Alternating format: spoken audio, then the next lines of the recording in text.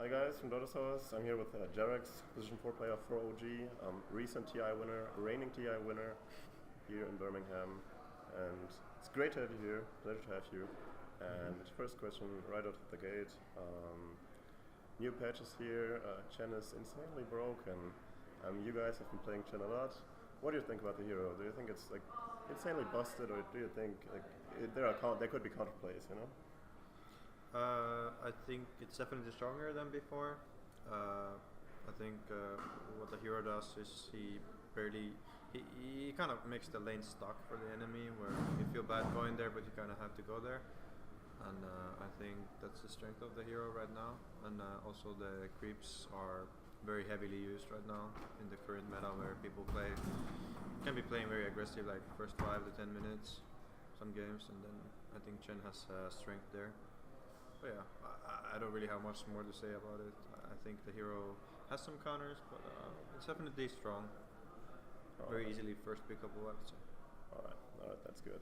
So we talked with MSS yesterday, or whatever, and he was saying that the position 4 pool is really like stable, the hero pool. What do you think about that? Like the amount of the exact heroes don't really change. What do you think about that?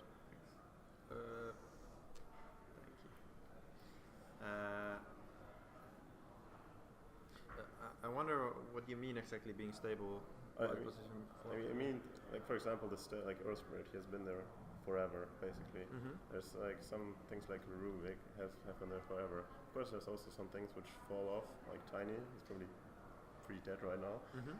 But like he told us that he thinks that position 4 pool has like the lowest amount of hero meta change. I can agree. I think it's mostly because so there was a time where roaming was a thing. Yeah.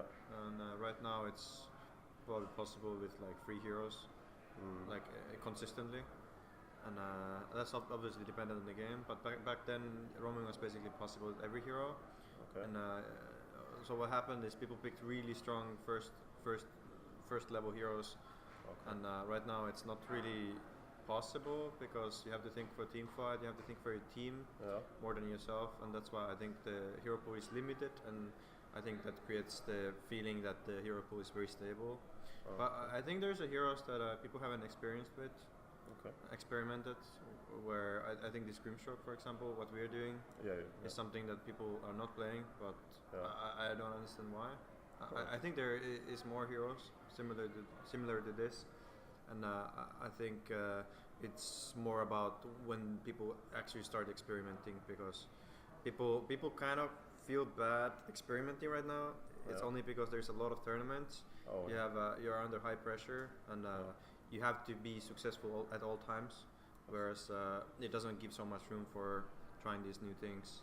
And I think that might also create the feeling that supports are stable, because they're most likely being first two'd on most teams, and then you want the game to not be too crazy from the first 2 heroes already. So I think that all together coming, I think it reduces the amount of what people are trying, and then it makes the feeling of being stable pool. But I don't believe in so. Okay, I guess it's true. Like there are like cores often last picked, and often like you really think about what core you pick, but I get the feeling that supports, like sometimes they're default picks, so to say. It's like yes, I think, and I'm not sure if it's the best way. It's very easy to draft like this. I think people have got really used to it, but I think there is much more to this, where supports actually scale.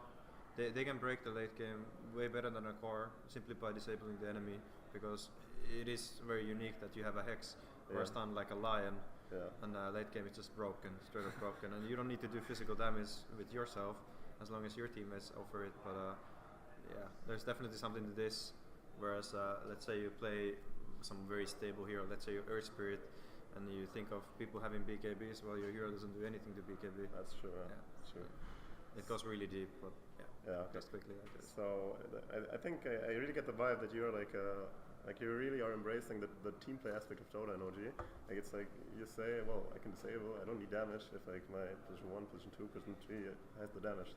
That's nice to see that you are like so deeply like trusting your teammates to offer what they offer, right?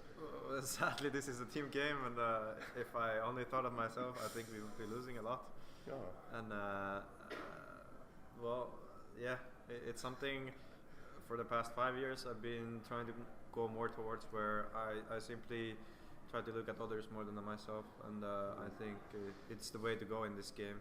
I think the matchmaking itself doesn't help with that.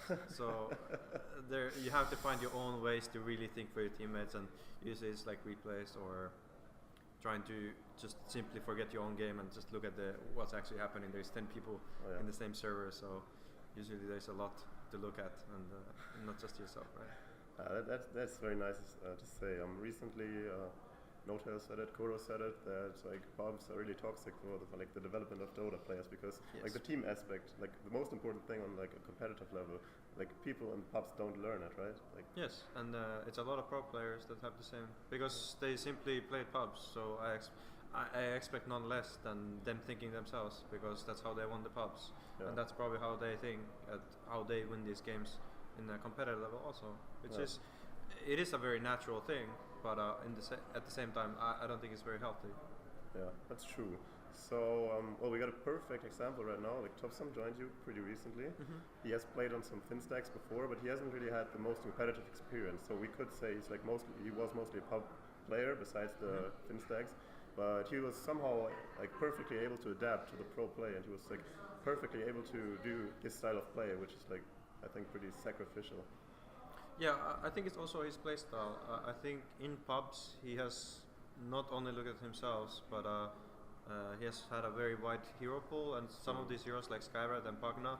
I think if you're very willing to just look at your own game and trying to win through that, I think you're going to the wrong direction. You really have to look at people disabling first for you and then using as well. So something, or you can't go to the front line because it obviously doesn't win the game.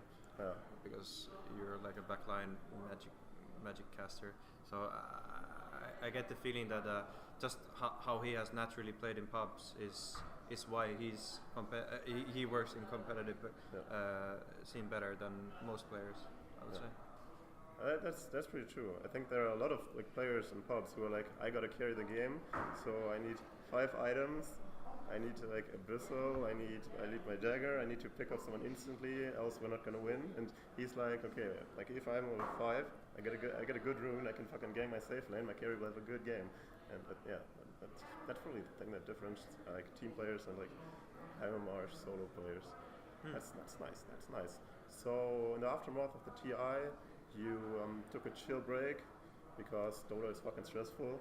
And but this season again, we've talked with some players. They all said, "Holy shit, it's so annoying to play qualifiers, minors, majors." Like, what do you think about this whole qualifier and major minors things? I said it previous. There's a lot of tournaments, and the pressure keeps staying high. It keeps staying high. I think the season is close to being over, so it's better to talk in past, I would say. So the problem is that if you're not a major team, but you're just on the edge, that you're in the major qualifiers every time, you have a lot of games to play. And let's say you play the major qualifiers and the minor qualifiers, then you actually win the minor. I think your whole 1.5 months are basically gone just for playing non-stop competitive games. And that can't be helpful. That can't be something you can think of long term, where you keep thinking that this experience is going to carry you through or something. I think you have no time to build your structure for the team. You have no time to actually bring your ideas together. I think a lot of things are going wrong right now for many teams, where it's just too much pressure on, and the everyday kind of keeps staying competitive.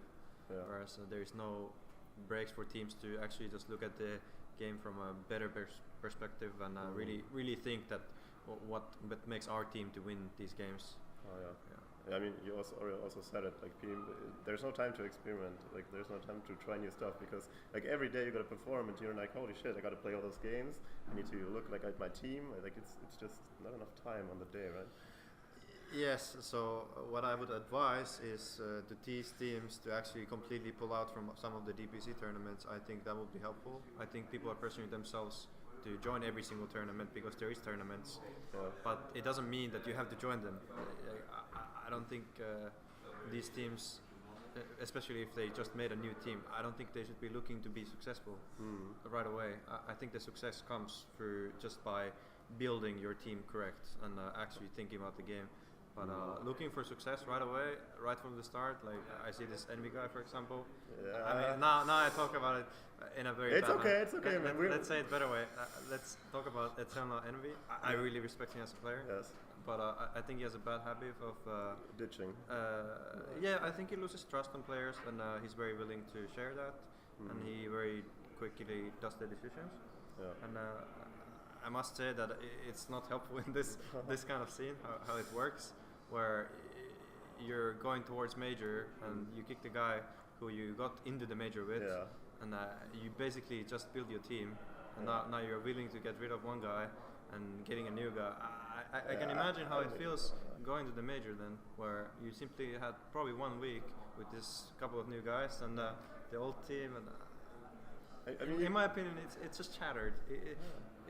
You're gonna make yourself really hard times. I think, and it's really a lot of pressure on everybody to. At the same time as you're building the team, you have to also look at, okay, now we have a day that, okay, if you don't win every game, then you're probably out. Yeah. So I think you're building yourself very high pressure, and you're just pushing yourself to too much. I mean, you were in similar situations last year. Like last year, it was still like, we got a roster here at Birmingham. Let's go to the super major, and then whoops, something happened. That was something. I mean, I'm glad OG pulled out of super major because EG went there, and I don't even know how EG went there when they changed 2 people into their roster, and they had basically no training. 3 days, I think, 4 days, and then they went to the major. That's weird. Wow. Yeah, that's actually so funny that you say it. It's like everyone is saying, "Oh, OG, they're a new team and they want TI. You don't have to stay together." It's absolute bullshit because like your core, like you're one of the tightest cores. I feel like you, Seb, No-Tail. I feel like you guys, like you've been together for so long, and so like Anna was also already with you before. So like I think it's I don't know. You can't say it's a new team when like four players are like really tight. So what do you think about that? I think how we as a team are, I think people naturally feel they naturally feel good playing together, and I think that's our strength. But at the same time, the patch is different than it was previously, so we have had a harder time adapting, and I think we hadn't had as much success, which would have brought us some confidence into what we were doing. Okay. Even though we're really confident on what we're doing, I think the success hasn't been coming in the way that we would want to, and that makes us make adaptations sometimes where, for example, this tournament we felt like just purely experimenting or drafting because it just feels like the right place at the right time to do that. At the same time, because this tournament, for example, it doesn't mean anything for DPC, and DPC is what everybody's looking at, right? That's true. And I think the harder question is that when does the success come for us, and can we really make it all glued together? Because right now we have some minor issues where it's not naturally coming together, as it was before. I mean, it's a new patch, so you can't be expected to like perform in every single new patch. Yeah, gladly it was slightly smaller patch, I would say. Maybe one of the patches that I like the least because the Aghanims changes. Really? And because I think the fundamental of making an Aghanims for a hero but then nerfing the hero is very bad. I think the Aghanims is just something added to the hero, but the hero itself shouldn't be nerfed because the Aghanims is upgraded, let's say. And then this gives me the feeling that somebody else did the patch logs, for example, than the Ice Rock or somebody. Maybe. It just doesn't sound very thought through. And okay. yeah, that's Willow my got kind of dumpstered. Yeah. Yeah, for example, Willow is basically unplayable right now. Some teams are trying it. I look at it on the lane and I don't see it doing the same things as previously. Yeah. It's not winning the lane, so I'm like, yeah, this hero is probably garbage. Yeah, like Because this hero is very strictly on you win the lane, then you have this downtime because you're absolutely useless almost yourself, and then you have this level 12 into Aghanim, and this is when your time to shine. But you're really being a burden for your team, like the downtime. It feels really bad playing the hero sometimes. Like back then, like you had a good base attack time. You could just hit people in the lane, but now that's like cut down. And Oracle is the same. Oracle is this is a very vital part of the hero where he actually did okay on the lane, or did fantastic on some lanes, and then right now it doesn't feel like that, to me at least when I played it. Yeah, that's true. I'm also a big fan of Oracle, not too big of a fan of that change. So yeah, some last questions. The worst Aghanims. We've got we asked 3 or 4 players. Every single one said the same thing. The worst Aghanims. I mean, it's one of the new ones for sure. Yeah. I mean, I think I will say different. I think Winter Wyvern is absolutely the worst. Well, it's like I think people say it either Lycan or they say it, there's the other one, Monkey King. It's Do you think Monkey King is that terrible? I mean, it's not. Terrorblade is really bad. Yeah, that's actually the absolute worst. Is it? Terrorblade is the absolute worst. No, I don't think it's that bad. No, it pushes lanes. Yeah, it's pretty good. Wyvern X might actually be a downgrade for it's actually it makes the hero worse, right? Yeah, sometimes it makes it worse. No, Monkey is actually decent if you add it on top of everything. So basically you get the Aghanims upgrade. It's not in your item slots, but it's upgrade buff, right? So basically then it's good. But I think taking an item slot for Aghanims or Monkey is kinda, it hurts. It hurts. I think TB is worst. Okay. That's some good shit. Bad. I think I'm done. Do you have any questions though? No. Perfect. Awesome. Then it was nice talking to you. Nice talking to you. Do you have any shoutouts?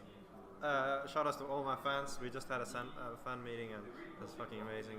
And really, this Birmingham has been such a great event overall.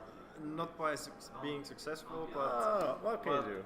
I think the conditions were really good, and I hope all the fans also got to see that players were happy. So yeah.